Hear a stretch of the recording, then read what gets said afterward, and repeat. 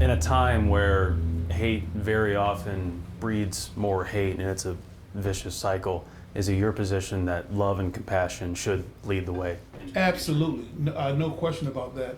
I think you just heard a little while ago, love thy neighbor as thyself. So love covers a multitude of faults. And that's what we need to have, is more of love.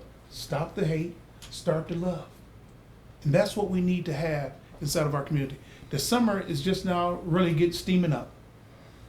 And if we continue with this trend, I don't know what the numbers look like in terms of homicide and arrests look like so far in June, because June is closed out. We don't know what those numbers look like as of yet. I normally get this report about the 15th of each month. So those numbers aren't closed out yet, but you can get them directly from the chief. He has those numbers. But we can't continue. We can't sustain ourselves as a community. And let me be frank about something else.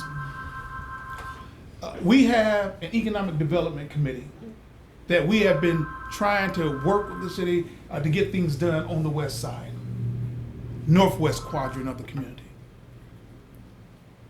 And I have to be honest with you. I have to be honest with the community at large. Our community, my community. We need to do a better job at things that we're doing in terms of this gun violence. And we know who some of the perpetrators are. We know. Collectively as a community.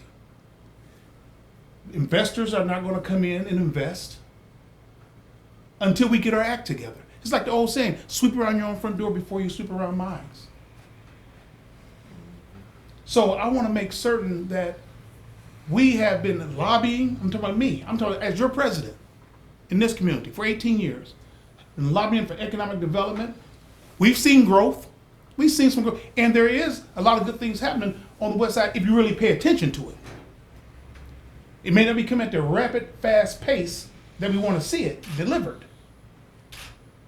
But it's coming. It's on the way. But we can make it increase. We can run to the finish line a little bit faster based upon our own actions. And that's what we want to be able to see. So for us, it's this violence touches a lot of different things. It touches education system and the education of our babies. So you take a look at some even teachers inside of the district of Dayton send their kids to charter schools or send their kids to other schools, which hurts what? Dayton, where I live, where I pay my tax dollars. Our healthcare community, think about that. That's overburdened every time there's a shooting. So now doctors got to get up, nurses got to get up. Even though there's some on site, but depending upon depending upon the incident, I will say, will depend upon how much these healthcare agencies are overburdened due to senseless gun violence. So it has an overarching effect on several aspects of our community.